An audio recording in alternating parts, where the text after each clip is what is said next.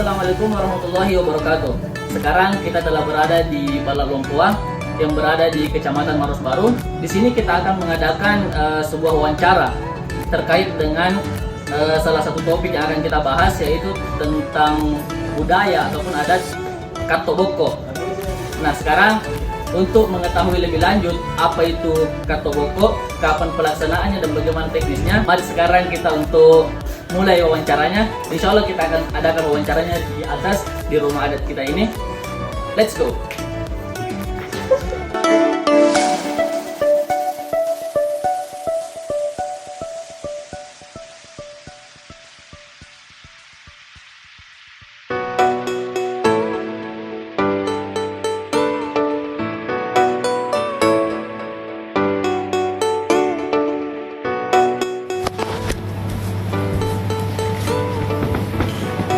Silakan boleh. Bismillahirrahmanirrahim. Assalamualaikum warahmatullahi wabarakatuh. Waalaikumsalam warahmatullahi wabarakatuh. Kami dari mahasiswa UI Nalauddin Makassar. Pertama-tama kita ingin melakukan sebuah penelitian berupa wawancara terkait dengan salah satu budaya yang ada di Maros, yaitu Katok Boko. Nah, sebelum kita mulai, kita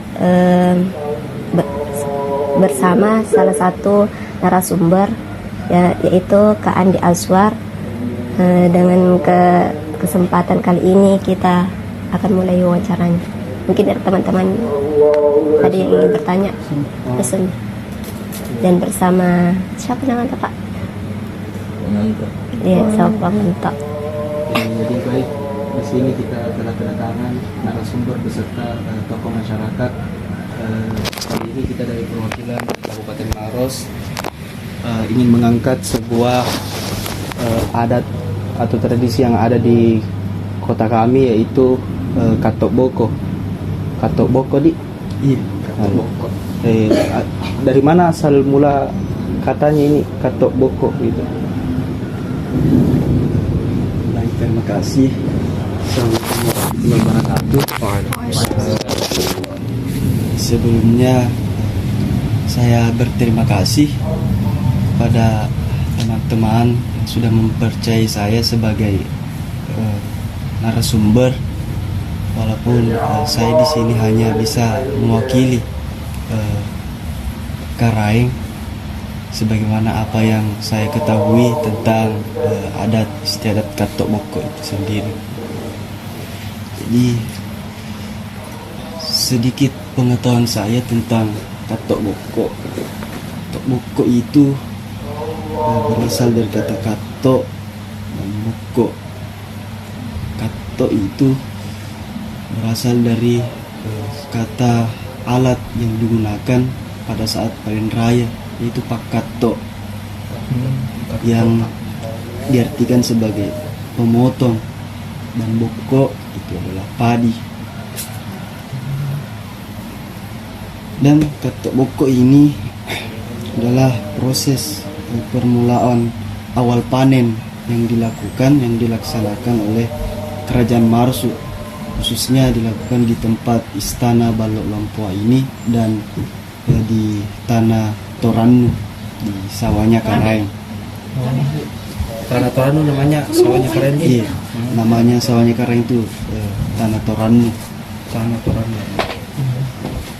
Katok Boko juga ini dilaksanakan atas dasar syukur kepada Allah Subhanahu wa Ta'ala atas panen yang diraih sebagai panen pertama.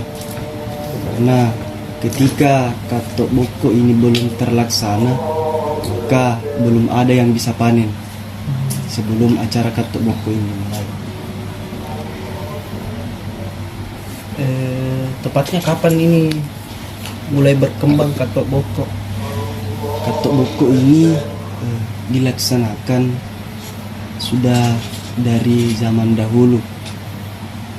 Saya terutama dan tokoh-tokoh masyarakat lainnya belum mengetahui pastinya kapan awal mula Katok Boko ini dimulai. Tapi pada zaman dahulu ada pegawai kerajaan yang digelar sebagai papananrang disebut Papanandrang.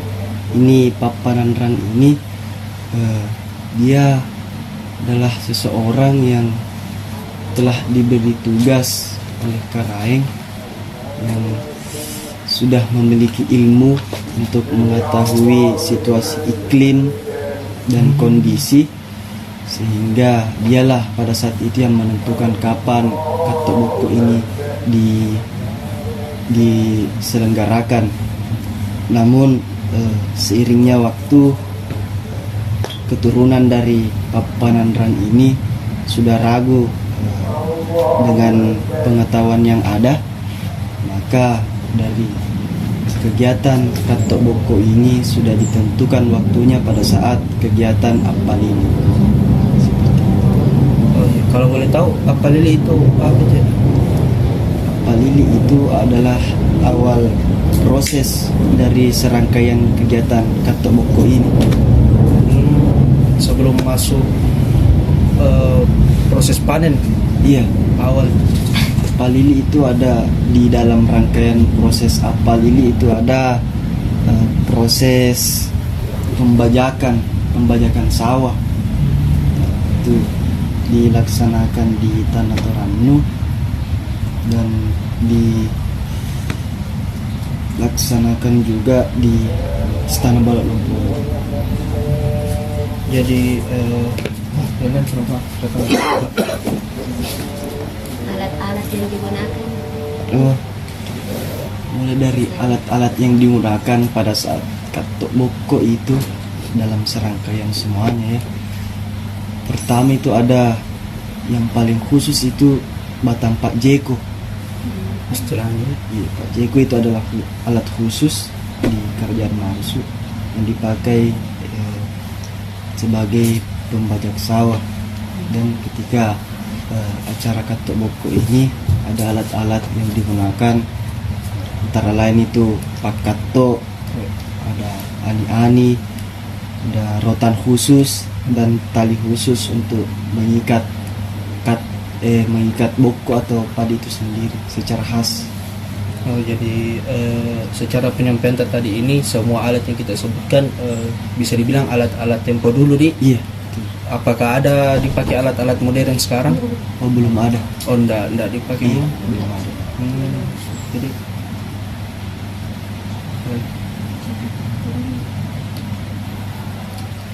dilaksanakan di sini atau di wilayah lain yang ada di Mars juga ada dilaksanakan seperti ini. Khususnya adat Katok Boko ini memang menjadi tradisi tahunan, tradisi khusus yang dari dulu sampai sekarang dilaksanakan oleh kerajaan Marsu. Dan prosesinya itu sudah terstruktur, ada 14 prosesi mulai dari awal pagi sampai akhir. Jadi dari proses Katok Boko itu ada serangkaian acara prosesi dilaksanakan di Tanah Torannu secara dengan ke Istana Balak Lumpur ini dengan membawa boko. Boko itu sendiri terdiri dari dua ulu AC di depan, ada ulu AC yang diberi simbol warna kuning sebagai kesejahteraan dan kerusuhan, dan ada juga ulu AC yang bersimbol merah sebagai kesejahteraan bagi keluarga. Dan setelah di belakang dari kedua boko ulas itu ada 7 boko yang tersusun sebagai simbol galaran tujuan harus di galaran tujuan ini sebagai simbol kerajaan Marsu.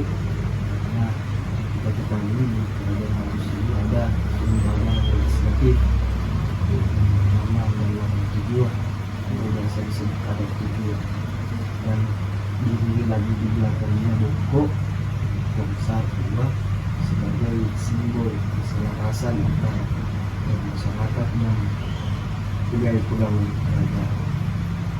Jadi penyusunan acaranya ketok buka ya berawal atau start dari sawah gitu ke Lumpua. Ini nanti Sekarang kita belum bisa. Kamu kapan pelaksanaan itu?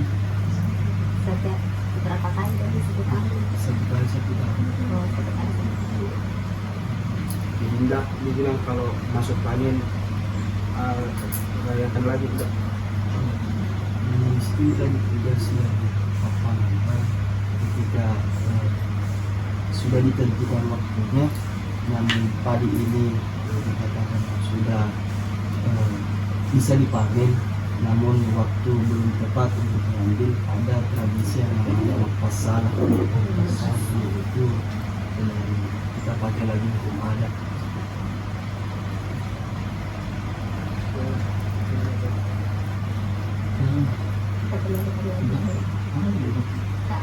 Sampai jadi kayak gitu.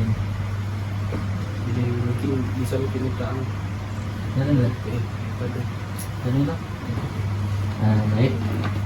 Setelah kita mendengarkan tadi paparan yang sangat jelas dan sangat menarik dari narasumber kita, siapa namanya tadi? Andi Aswar. Ya. Mungkin sekarang kita di sini akan mencoba untuk melihat salah satu pandangan dari tokoh masyarakat daerah sekitar sini, pandangannya terkait dengan Kato Boko ini. Dan sekarang kita telah bersama Puang Anto. Baik, jadi di sini menurut Puang Anto ini upacara adat Kato Boko ini dalam pandangan Puang itu seperti apa? Atau pengaruhnya atau apanya gitu? Mungkin bisa dijelaskan sedikit sepengetahuan Puang Anto. Terima kasih. Assalamualaikum warahmatullahi wabarakatuh. Waalaikumsalam warahmatullahi wabarakatuh. Dengan adanya acara Kato Boko ini, sebagian daripada tradisi adat kerajaan Maros ini berdampak sangat tinggi nilai positifnya, karena intinya acara ini secara tidak langsung mempererat hubungan keluarga, kedua juga dengan masyarakat di Kabupaten Maros bahkan di luar kabupaten. Iya, karena setiap acara Kato Boko ini terkadang hampir raja-raja sosial ada di sini. Semua raja Iya, baru-baru ini kelihatannya semua raja-raja sosial datang. Jadi intinya itu sangat tinggi lah nilai positifnya. Ya, itu saja. Jadi dengan upacara adat Kato Boko ini itu secara tidak langsung itu mempererat hubungan silaturahmi antara warga-warga sekitar, bahkan warga luar pun banyak berdatangan. Iya. Alhamdulillah. Jadi bisa dikatakan ini nilai positifnya itu sangat bagus sekali untuk mendukung keberlangsungan hidup bermasyarakat warga sekitar. Kegiatan adat Kato Boko ini apakah ada hubungannya dengan kepemerintahan juga, Pak? Iya, ada. Masuk. Karena sumbasi pemerintah juga sangat tinggi, termasuk super-supernya dong. Iya. Termasuk yang membidangi ini Kadis Pariwisata. Saya pernah dengar ini, Pak, ada katanya dibentuk film dokumenter tentang adat Kato Boko ini. Apakah memang seperti itu ada? Oh, yang sudah ada dulu? Iya, ada. Filmnya dia? Iya. Kalau terkait masalahnya tadi, pendanaannya ada untuk melakukan ini. Ada. Kemarin sudah dianggarkan, kan ini sudah jadi agenda tahunan di pemerintah. Itu ditanggung sama pemerintah itu iya, semua. Dinaungi dari pariwisata kan. Artinya dari sumbangsi keluarga juga dengan masyarakat di sini, dengan kegotong royongannya. Ya. Artinya dilandasi dengan niat keikhlasan. Iya. Kegiatan adat Kato Boko ini apakah sudah sampai ke wilayah taraf internasional kah? Iya, sampai karena setiap acara Kato Boko ini pasti ada selalu kiriman karangan bunga. Jadi salah satu mitra kita lainnya kepada seluruh selalu memberikan partisipasi dalam acara ini. Mungkin ada lagi pesan dari pesan kakak dan orang tua untuk kita mahasiswa supaya bisa melestarikan. Oh iya, Pak.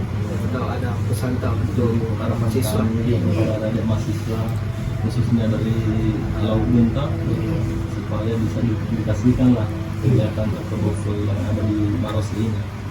Karena ini salah satu tradisi yang harus dijaga dan dilestarikan. Memang sudah belasan tahun mungkin dia ada di Bahkan sudah ratusan tahun.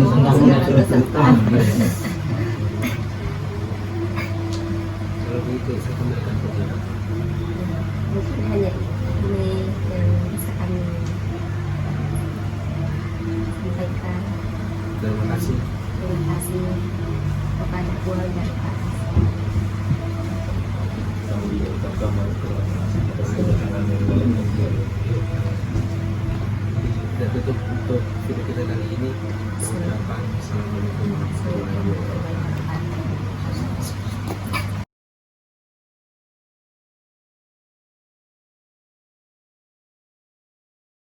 wabarakatuh.